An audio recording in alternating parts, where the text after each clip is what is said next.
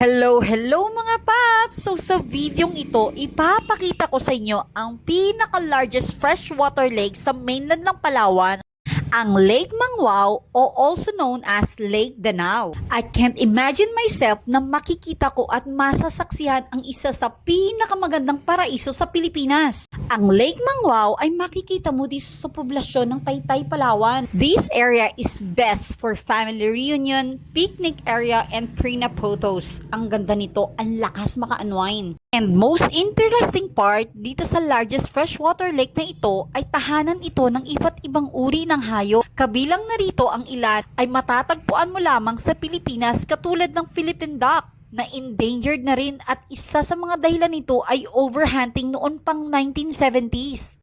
Sa katunayan, aabot na mahigit 130 species of birds ang makikita rito, kaya tinaguri ang Bird Watcher's Eden. At merong 12 water species, turtles, at different kind of fish, kaya ang main source income ng mga tao dito ay pangingisda. Ang freshwater lake na ito ay merong sukat na 4,425 hectares.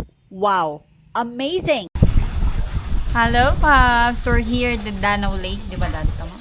Danao. Yeah! Uy!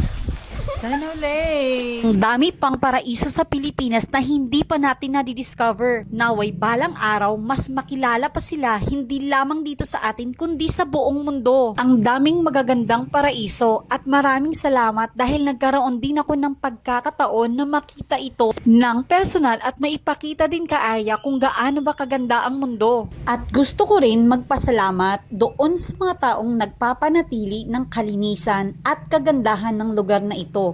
Saludo po kami sa inyo. Ito lang ang masasabi ko, ang ganda ng Pilipinas.